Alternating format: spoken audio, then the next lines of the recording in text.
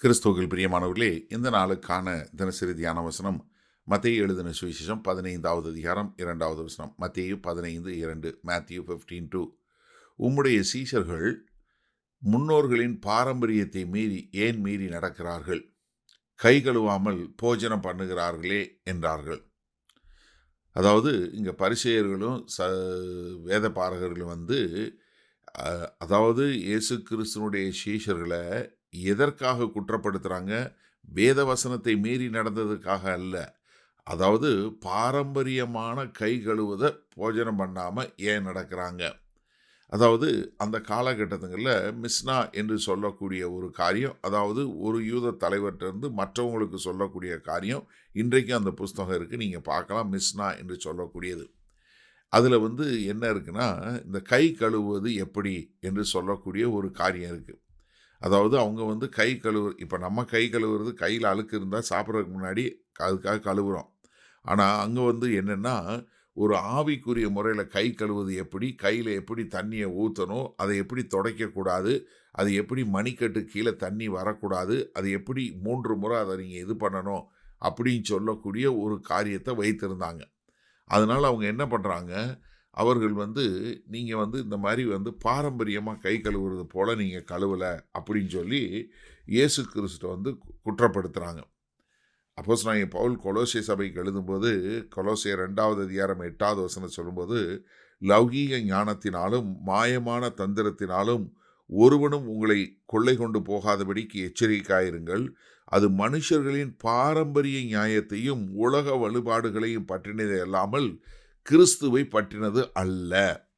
அப்போ இவங்க இங்கே சொல்கிறது, நீங்கள் கை கழுவு சாப்பிட்டீங்கன்னா உங்கள் கையில் இருக்க அழுக்கு போயிடும் அப்படி சொல்லலை. அதாவது நீங்கள் பாரம்பரியமாக நம்ம கை கழுவுறதுக்குன்னு ஒரு இது வச்சுருக்கிறோமே, அதை ஏன் பண்ணலை? பேதுரு தன் நிருபத்தில் 1 பேதுரு 1வது அதிகாரம் 18வது வசனம் சொல்லும்போது, உங்கள் முன்னோர்களால் பாரம்பரியமாய் நீங்கள் அனுசரித்து வந்த வீணான நடத்தனையின்று அழிவுள்ள வஸ்துக்களாகிய வெள்ளியினாலும் பொன்னினாலும் மீட்கப்படாமல் குற்றமில்லாத மாசற்ற ஆட்டுக்குட்டி ஆகிய கிறிஸ்துவின் விலையேறப்பெற்ற இரத்தத்தினாலே மீட்கப்பட்டீர்கள் என்று அறிந்திருக்கிறீர்களே. என்ன, நம்ம பாரம்பரியத்தினால் நம்ம விடுதலை பண்ணப்படலை.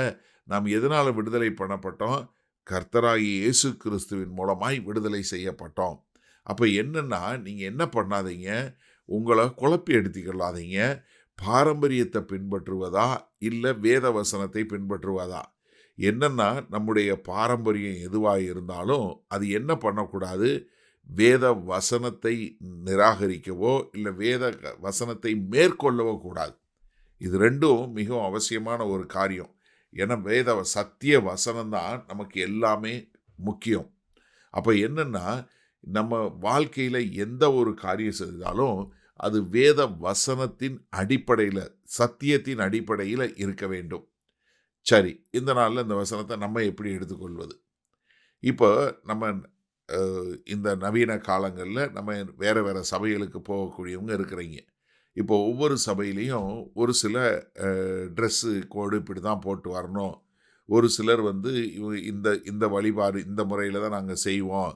நீங்கள் மீசை வச்சுருக்கக்கூடாது, நீங்கள் ஸ்கர்ட்டு போடக்கூடாது, நீங்கள் வெள்ளைச்சட்டை தான் போடணும், நீங்கள் இப்படி தான் ஜெபம் பண்ணும்போது இப்படி தான் ஜெபம் பண்ணணும், இப்படின்னு சொல்லக்கூடிய நிறைய காரியம் எங்கே இருந்துருக்குன்னா, கலாச்சாரத்திலிருந்து வந்திருக்க ஒழிய வேத வசனத்தின் அடிப்படையில் வந்தது அல்ல. நன்றாக தெரிஞ்சுக்கொள்ளுங்க. அப்போ என்னென்னா, நீங்கள் யாராக இருந்தாலும் சரி, நாங்கள் எங்கள் சபையிலையும் போதிக்கிறோம். அது சொல்லும்போது எந்த ஒரு சம்பிரதாயமோ, எந்த ஒரு பாரம்பரியமோ, எந்த ஒரு காரியம் செய்தாலும் அது வேத வசனத்தின் அடிப்படையில் இருக்கிறதா? எப்படி? வேத வசனத்தின் அடிப்படையில் இருக்கிறதா? அதே மாதிரி நம்ம செய்யக்கூடிய சடங்காச்சாரங்கள் என்ன பண்ணக்கூடாது? நாம் கர்த்தருடனான உறவை மீறுவதாக இருக்கவே கூடாது. நீங்கள் எந்த ஒரு பாரம்பரியமான காரியம் செய்தாலும் சரி, எந்த ஒரு சம்பிரதாயமான காரியம் செய்தாலும் நீங்கள் நன்றாக யோசிச்சு பாருங்கள், இது என்னை கிறிஸ்துவிடம் அதிகமாய் கொண்டு போய் சேர்க்கிறதா, இல்லை இது வெளியரங்கமான காரியமாக இருக்கிறதா? அதாவது ஒரு உள்ளான உறவில் கொண்டு போய் சேர்க்கிறதா? ஏன்னா நிறைய நேரங்கள் நம்முடைய பாரம்பரியம் என்ன பண்ணுது, நம்முடைய ஆவிக்குரிய வளர்ச்சியை தடுக்கக்கூடியதாக இருக்கிறது. ஏன்னா இது இது சில நேரங்கள்ல நம்ம வந்து பண்ணக்கூடிய காரியங்கள் என்ன பண்ணுதுன்னா, நல்லா தெரிஞ்சுக்கொள்ளுங்க. நம்முடைய பாரம்பரியம் எப்பயுமே வேத வசனத்தையோ, வேத வசனத்தை மீறவோ, இல்ல வேத வசனத்தை தள்ளுவதற்கோ ஒரு காலும் இடம் கொடுத்து விடவே கூடவே கூடாது. அப்ப நம்முடைய உண்மையான காரியம் எதுன்னு இருக்கணும், நாம் செய்கிற எதுவாக இருந்தாலும் வேத வசனத்தின் அடிப்படையில இருக்கிறதா என்று கண்டு கொள்ள வேண்டும்.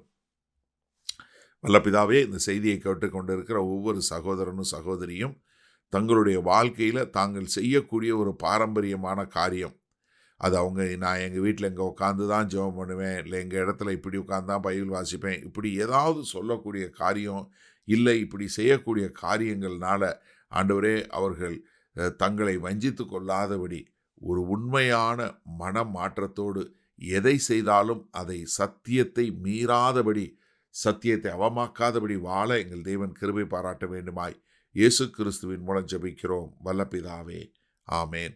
கர்த்தர் உங்களை ஆசீர்வதிப்பாராக. நாம் இன்று மாலை மன்னால சந்திப்போம்.